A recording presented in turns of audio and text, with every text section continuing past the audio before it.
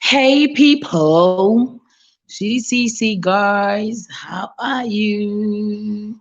Kurisei kwa muri ikoko guys. Hey, eh, eh. Muri bwere guys. I missed you. Murisei guys. How are you? Dakusuwai guys, can you imagine? Dakusuwisisai. Irene Cheapers, say.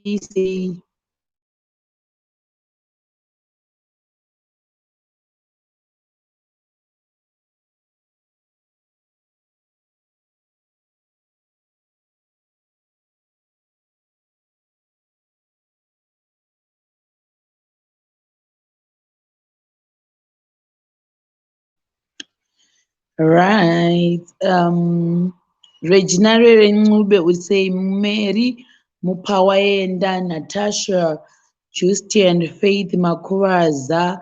How is Botswana? Rikamai, Ritamai, Aminom Kudi, Stuart Mangena, how you, what more? Rudondo, Rundondo, Rudodo. Handisi kuti pakanzi Lavinia Shimantama or say guys I missed you. Lorenzi Moyo, how are you? Linjani. That's I'm kulumiraring guys. I told you muno muzhenyu mukulumeneni. I missed you. Asi wakuneta naiwe ndatoneta zvenaiwe bhetichi yangu unofanira kumbotumira dhiringi guys. Ndanyara singamboiti guess kuti ndiri kupi. Mukuzoti ndikupere guys. What more? Bo, I'm just tired. Diana Moyo, Mwanyara Manjea, Natasha, I missed you too. Tino Chimba, Patience Marwendo, Urisei guys. Anzi, ndichamaita. Ndakupa example guys yekuti zvafanana nekuti mwana waye akaita tsaona paekera ndiwe muraini medu saka pakadero you have to make sure, I think you have to think 10 times usati waita update yakaita seiyoyo. So in that case inini ndakaita come up with an idea ndichazoita maybe tomorrow instead of doing like an update about zvakazoitika kuti mwana waye agume ashayika, and I'll just do maybe a condolence message because mukomana iye akashayika angaina mukomana uyu anozali mangwana mulambogini the hell commander uya mukomana akashayika ari mumota make ndiwe muraini medu chaimo pakona. Saka those are some of the things now you have to think about 17 times before waita live stream because you don't know how the family is going to take the video as well. Saka pari yellow beatrix I'll just do like a condolence message because handiri kunyebe bed zvokuti pakaoma nokuti mwana yanga ari mwana one wavo ega saka unongoziva kuti situation iyoyo guys inini we actually witnessed the situation muraini saka pakaipa ipapo. Anyway ndichadzoka zvangu nawo maupdates. Right now I'm busy traveling. Ndikumbotiravhera nenyika guys. Hanzi nani uyu Regina Kadoma, you're from Kadoma. I actually didn't know. Ndakasangana na Sylvia ndiye ndakasangana naye. Trish Canelli, I missed you my sister. Stuart Mangena. Twist ndichanoirukwa ndadzokera. I will see. Muchaona mangwana zvichaitika because inonzi king of Chico guys hanzi kugweru. No, I'm no longer in Gweru. Hanzi nhasi uri kuhometown kwangu kupi kwachoni handisi kuziva kuti kwako ndekupi Yvonne Mafiri. Stuart Mangenya inini right now ndiri handisi kurya ndeiwonepi mari yacho handisi kana kurya marini. Hebo zikipani Bulawayo, I don't know. Let me put a link ndimbonzwa like 1 or 2 people kuti zviri kufamba sei. So yeah, ndiriko kublack I'm actually looking forward to seeing Blawayo. Mbona kuti makamira sei? Guys, hapana mashimari enza anogara mublawayo comment section apa. Timbosangana nemiwo pamwe mangwana. But right now ndoziva kuti mangwana ndine only 2 appointments dzangu. Then after that I have not ndichaita sei. But if there is any Shemarian Arimu Blawayo, please inbox me. Then look at Jesus say. Then there's another issue here, Wange. Guys, I really want to book Wange, but I don't know if I'll be able to proceed. To proceed in a window Wangu Wange, but I think it's just a heart break. Maybe ndichagumira muno mublawayo ndodzokera kumba, because guys when you're actually catering for yourself, you're sponsoring your trips, unosvika kuita sei, unosvika pamboperawo supu. Saka I think right now ndapera supu, ndapera muto. Beulah, hi. How are you, Cheryl? Ndiri bhokwe unogoya pasina the floor sei pano. Kuyo was zita rangu warona kupi? The floor pinda guys, mafurana manjenjenje aripi munaita ora shoro ndichiboko chafunga iri kava chafunga mudhara. You guys murikutotaura kuserimi chafunga vlanzi kati vlanzi vasina kubatika. Otherwise ndepi Shero, ndepi Mskara. Muri say the floor. Hapana zviri sei ndakusuwa. Na Shero ndakusuwa. handipo pakusuwana kwenyu ende vanhu venyu.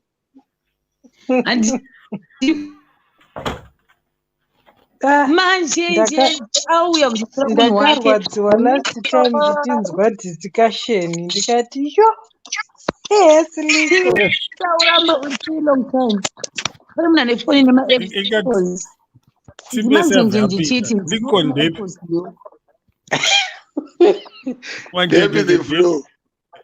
zviri sei?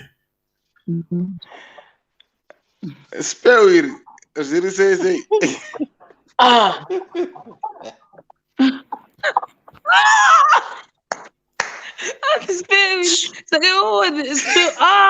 Iwe wakazviti dispeu what the flu here iwe. Spewiri radi flu. Guys, ndangoya zvangu ndichida kunakidzwa. Iwe newe speura the flow. Zora usiri. Hapana umbonzi running vedu vespewawiri rinongoiswa pese pese. Spewiri rakakosha rinodzimura zvimoto. Salibonani rakoshera zvese. No, spewiri rinongoiswa pese pese. Uchiri kugona shona here naishema. Lincoln tawe. Makadiko. Hey, manjenjenje, don't start. Kuntoita seizve. Yesi the spare wheel. Yesi the floor. Hi the floor. Hi things. Ndepi zviri sei? Ndiri bo kanjani? Muri sei? Ndiri bo in kanjani? Iwe guys, tandichiti zvoni.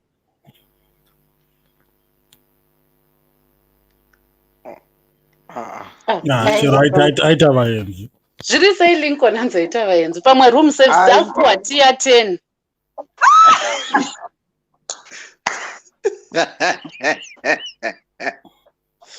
Ndina muku ini muku yapa. Uye vanhu muku. Napakutenda ngo. Tier 10 zvanzi dza 10 kuroko here. Muku dzei uyu. Asi kuri kutonhora. Kuri kutonhora zisingamboiti. Yesi muku. Salibonani. Ndipo kakaheta. Unjani mfo wetu? Zvimwe zvazivi ndaingozva salibonani mudziro. Saka wapindura chitichi. Kungoti makadiri. Okay. Nice one. Parisepa blues.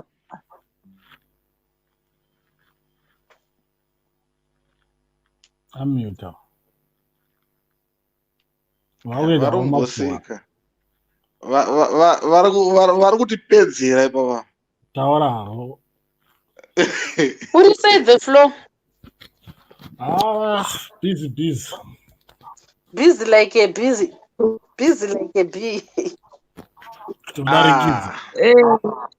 Spare wheel. Oh my God, by the way, Mangwana, I cannot wait, Mangwan. Yo, spoiler alert. Dun. Spoiler alert. Dun. Mumwe munhu ari kufara. Yembe watsvaga here? Spoiler alert. Andisizombotaura. I won't mention anything. What do you mean you won't mention anything? You won't taura shit. Achonge kamwana. Yeah? Uri kuita kunge zvinoita kamwana kakuti futi handimbokudze kuti mama wakawanda modrop. Hayi. Ubva wangonyarara kuti dhu usataure. But nakuzivo guys, do you have anyone from Wange? Ndirimbozama kufungo. I'm still contemplating guys, should I proceed kuenda kuWange or I should just return home? Don't face our force, not to Wange. That's another 100 Ks from Wange to Vic Force. What I eat.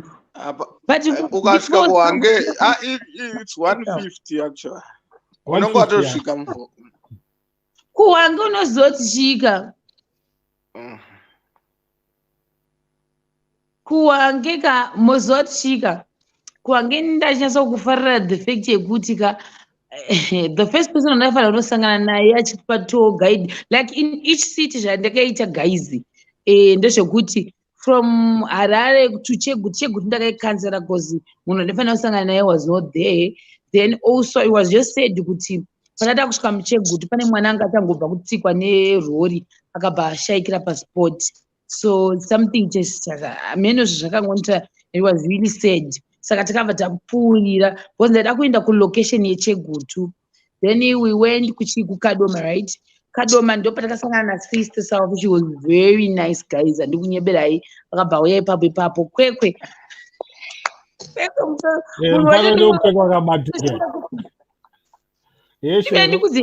Guys, yekukwekwe ndiyo yakandipedza. Takusvika because tairamba tichava updates tichicommunicate nevamwe ka. But there is another one wekuekera wekuWange. Guys, that lady zvake pamwe zvazongoitika emergency, but that lady ka andisambona munhu ari caring like that lady. Kubva ndichisimuka musi wa28 aitoziva kuti tichasimuka tichikuti tapapa ngoti mapapi mamuChegutu, right? Update me. Kusvika even nhasi because anga shuka tichasvika nhasi muWange, but it's unfortunate takazosvika mugweru late because mota yatikufamba nayo ka yaida mavhiri 2 manyowani.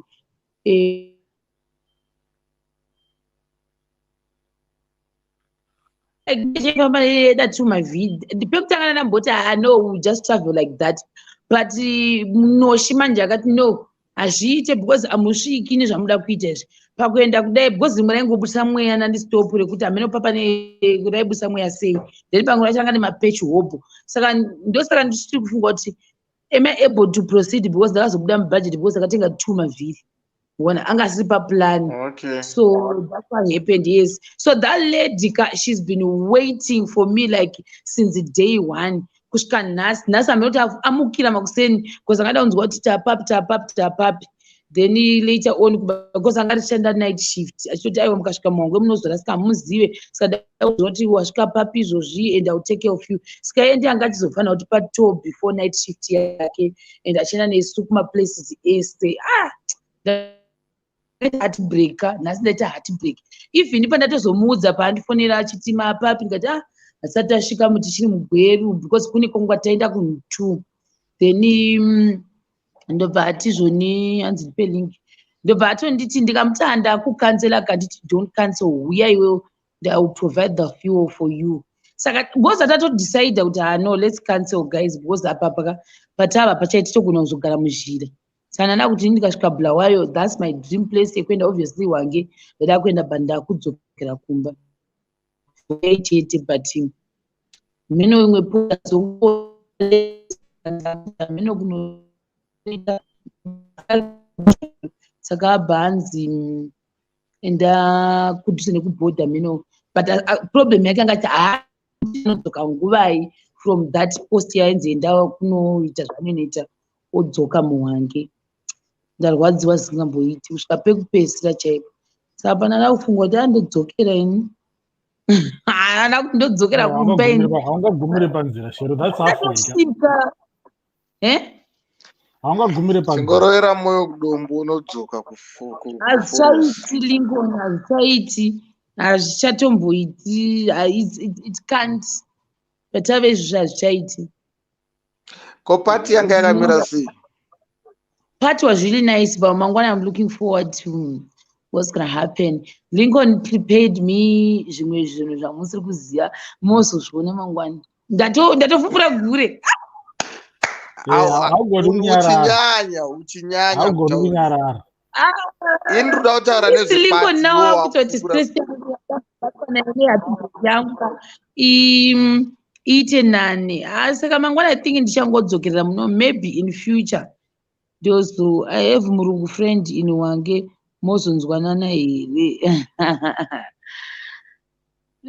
yeah. Wati indoda kutaura nezvepati wakufugura gure inda party expire musi wacho. The party was okay, it was nice, we really enjoyed and I'm happy kuti isusu but it was unfortunate kuti guys there's this other lady wemuraini medu mukadzi endomufarira zisingamboiti towirirana chiita sei anondichivatete pandainyora list rangu kuti zvoni ndichiti zvoni ndichiti exceed number. I didn't want problems nichiine mapurisa because that same day or that same night pane imwe imba yakazoita part soon after hours guys let me tell you pakauya police vanhu vakakandirwa matiye gazi nemwari isati tapedza idu kudhara takangopedza I think around 6-7 tatatopedza that was it.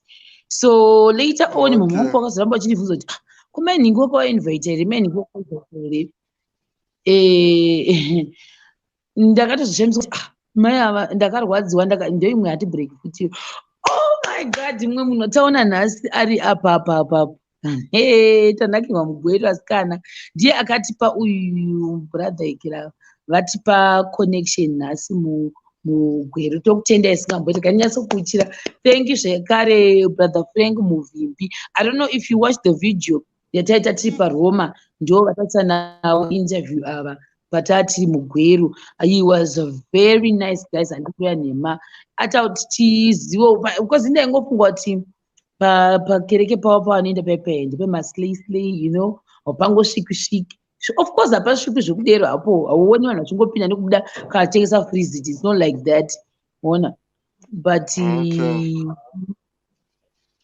hanzi uya kuVic Falls Shema. Are you in Vic Falls Peshi Mazhindu?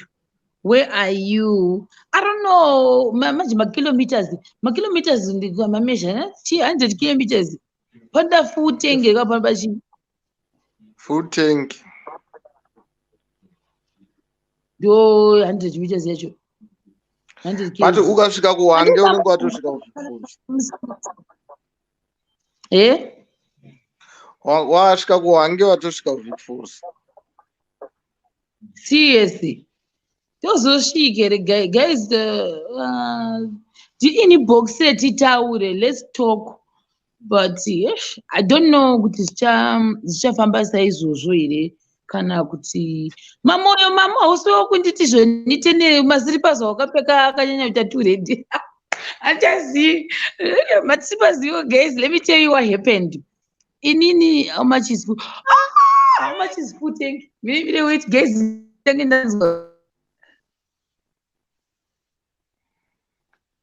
zvatofaya zvabhadhara Hello. Ndeipi uri sei? Futhi ngishi. Waswera bo. Baba wedu. Wakawanda kupi hapo? Ndati wakawanda kupi? Baba. Guys, ndakutoudza izvo zvekuti ndakati mukuziva kuti dzatanzi baba vakambotitengera fiwo vakazadza futi ine 50. Saka ndiri kushamisika kuti baba vakambonditengera fiwo ina handizivi sei. Is that normal? Uyu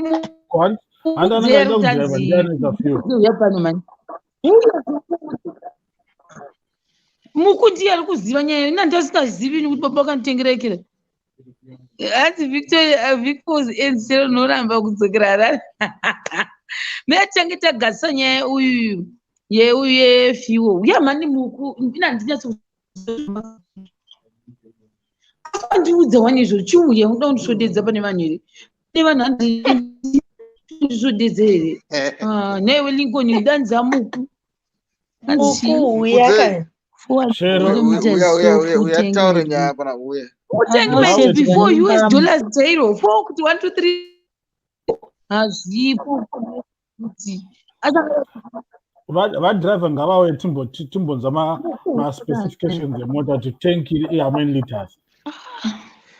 muku ari kunditanzi baba vakaisa ini normally hangu ndinoisa ma$5 mulocal.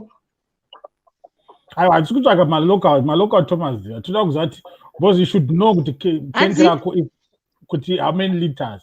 So how many liters? 35-40 liters. Price a liter.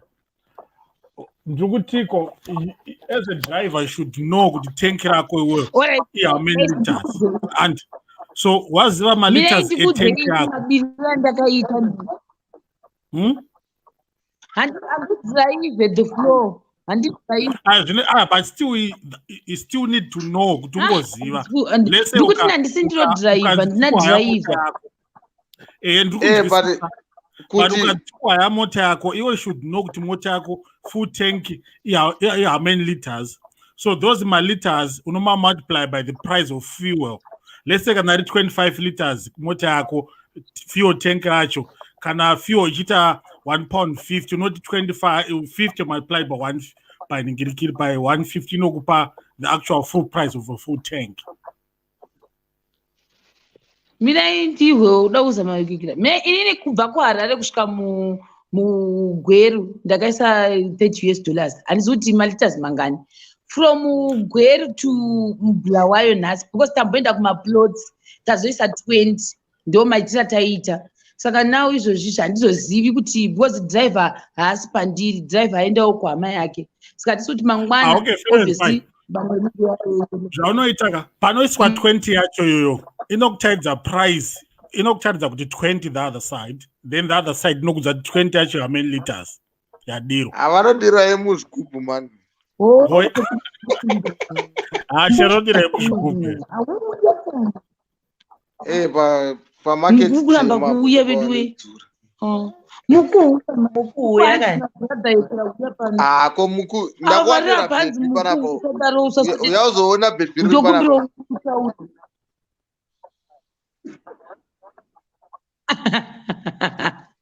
mukuchiuya maniwe but from here kusvika kugura handizivi kuti mama uyu zvomati anzi Florence nyama dzavo uri sei nyama dzavo Florence ndiripo Sharon uri sei lawayo Gweru should be 280 something 230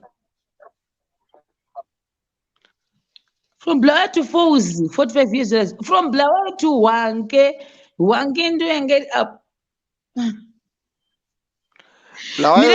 video yandisitaisa before ndarara yevamwe gogo ndakupai mahints pana mbuya vakakudza vana vavo vataona nhasi muGweru vane plot yavo nedomatisi vana vakaenda paboarding nedomatisi vana vakasvika puvapa zvavari nedomatisi ndiyo vhidhiyo yandiri kuisa next. Okay. Alright. Lincoln. Shema, I love you. Is Lotado, how are you? I miss you, Lotado. nembudzi dziya dzandikangozwa ndikutodzokera mbudzi yangu mine moni pane kamuka ndikakurongera ndadzoka futi kuharare ikakako chatitapo iyoyo mucharohwa neshoko Shero hanzi uyu musaladi. Can't wait because even pana umwe veterinary doctor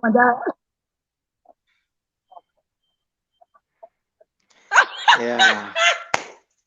yes nhasi ndasangana nemwe vet so she was so I think vanhu vandikusangana nawo so far so good that nice.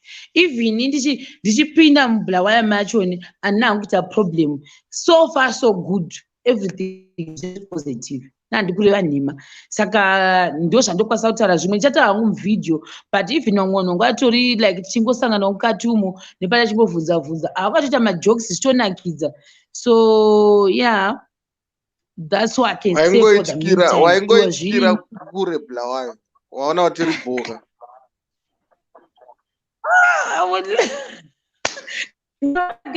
ndaona iyi inonzini Joshua Kabuka ngomo ndamuona chikira ndafara guys waona sketch iri pana Main Street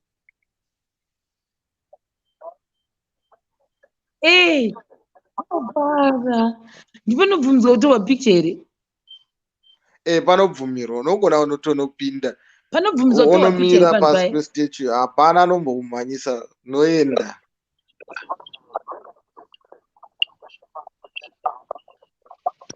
Rebecca Moore. Yes, Cheryl. Uri kundoona here? Tiri kukuona.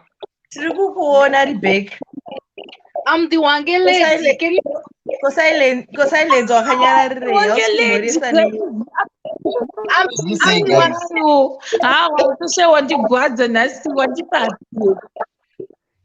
I'm still in the mine. Can you see? Hello. Hello, how are you? You're breaking. This is silent. Moche, je le sais. Oh, what is it? Kuribo, guys, I'm going to say. Oh, network yangu yadona. Uribo elechisi uri SA. SA. Bo Parece kurse ku Zimbabwe. Ku Zimbabwe kuribo. Lincoln uri Zimbabwe here. Lincoln masangano rwacho. Zimbabwe kuribo shamwari ndautombofonera Rebecca after live. Wakabvire kuchande. Ndiri kuZimbabwe Florence. Iwe usanyeba iwe. Wakaenda rini? Face iri kuZimbabwe inongooneka. Uri kudotito. Koi ndokotadza nini kuenda kuZimbabwe? Ndati wakaenda rini? Handina mbotinotaza wakaenda rini? Marumwe zuru.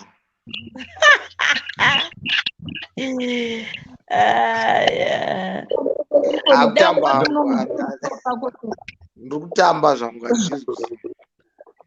handitika uya ndiri parodhi Rebecca rodhi Rebecca wedu Rebecca kundigwadza unotova parodhi unomuona mangwana handachatsvaisa here kwaendeswa Dream track is I'm traveling to Vic Falls. If you can manage to come to Vic Falls, then we'll definitely meet because I'm going by the border. Border rekuzambia. Ndozodi manje ndikabva Victoria Falls. Kuzoenda tose kudai kuwange. You can start with Vic Falls, which means you can come back to Wange. By then I'll be in Wange, which means our mission will be accomplished. Oh. Yeah.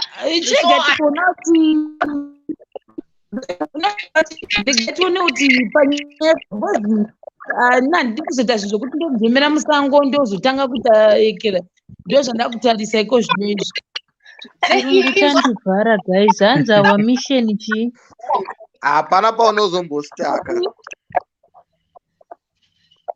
guys please Chirungu chandivhara. Hands our mission will be what? After live handiti.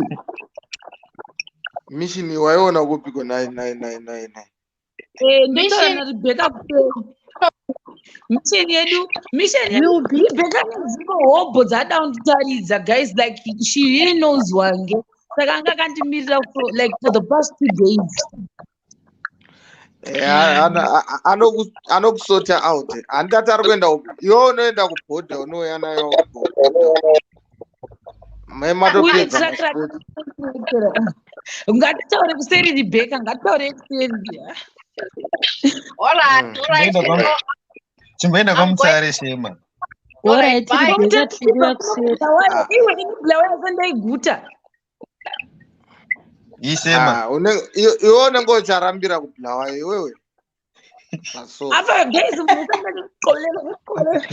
Unobva kugona ndevele. Shema dai waigona ndevele vanhu vaifa. Shema.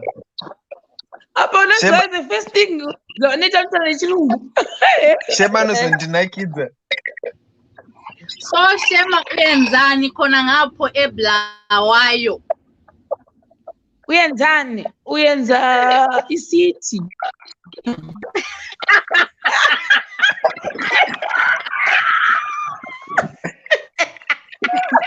Sheroni.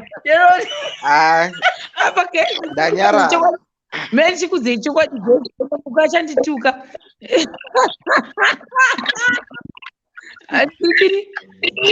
Ningi ndinanzani uyu zvandaita pandasvika muBulawayo tada kumbonera vanhu vatafanira kusangana navo. Saka manje zvazoitika zvekuti ini ndanitya kuenda pasi kunoti neairtime mari kuna muku inotenga airtime mukakaita zvekuti vaniti mukadzi hakuna airtime ye20 board ngati iriko zvandine ye50 board imve ndafunga kuti muku anenge ari kutya kuenda pasi unongoti kunzwa unotaura ndiveka ndikasaka ndikuteseka muku asingadi kuenda paairtime ini handisi kuti odo ndachitya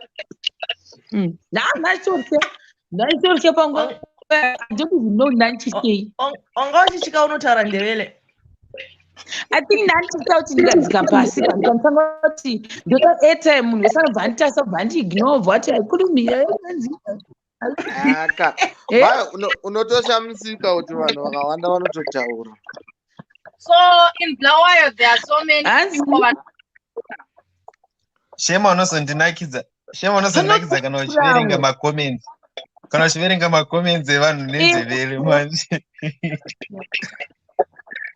Heiniya uyenzani ngizihlahle ngizihlalele Shema Ngihlalele. ukuendephi? Ndakazvigarira. I'm I'm relaxing.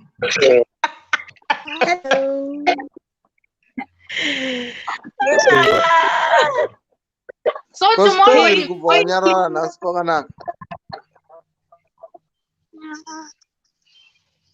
No. That's the first thing ndatanga kufunga kuti tituziya tunya guys. Ndasei guys nditofara but maybe mangwana kana kwachena chasozama kuiona city yake Idiki ine 15 maavenue. Right. Mangwana titombotsa maybe panext price chaka ndikamuona ndofunga ndikamumanyira ini apesa kumuona kare achandoziva chekuti anenge anogara kugeta handizi kuti geto ripi Idiki unoziva kuti Shero Town eBulawayo ndiye maavenue ne about 8 ma-streets anocross.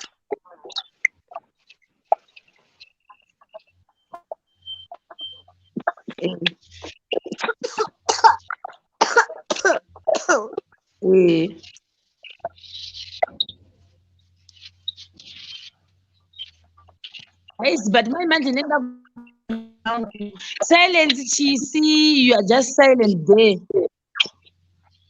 Yeah, silent sister.